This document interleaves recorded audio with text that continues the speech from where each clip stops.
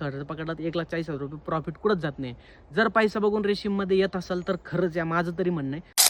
नमस्कार शेतकरी मित्रांनो, मी आर्यम आणि मी bachelor of pharmacy degree complete करून करतो शेतीमध्ये रेशीम उद्योग. आता मी मागं काही व्हिडिओ टाकले होते, त्यामध्ये सांगितलं होतं माझ्या मित्राच्या बॅचबद्दल. पण महत्त्वाचं म्हटलं तर पावती तुम्हाला सांगतो त्या दिवशीची. बघा 21 तारीख 1/2026 मध्ये 150 अंडी पुंजची बॅच होती. 150 अंडी पुंजमध्ये 123.500 ग्राम त्याचं वजन झालं आणि 123.500 ग्रामला पर केजीला भाव लागला 670 रुपये.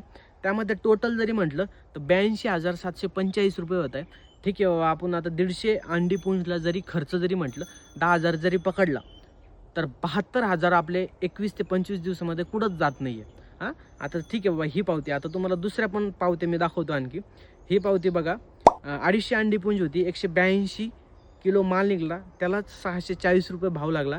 तर याचा प्रॉफिट झाला जवळपास 1,16,000. याचा पण 10,000 किंवा 16,000 जरी खर्च काढला तर हरकत नाही, एवढा खर्च लागत नाही. 1,00,000 हां, 1,00,000चं प्रॉफिट. 270 अंडी पुंजची बॅच होती.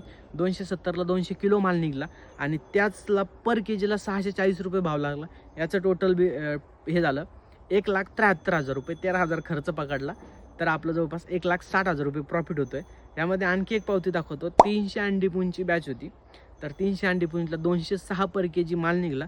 206ला 745 पर केजी भाव लागला आणि याचा टोटल प्रॉफिट झाला 1,73,000. 73,000 आपण म्हणजे सॉरी 13,000 जरी वरचं खर्च पकडला तर 1,40,000 रुपये प्रॉफिट कुठंच जात नाही.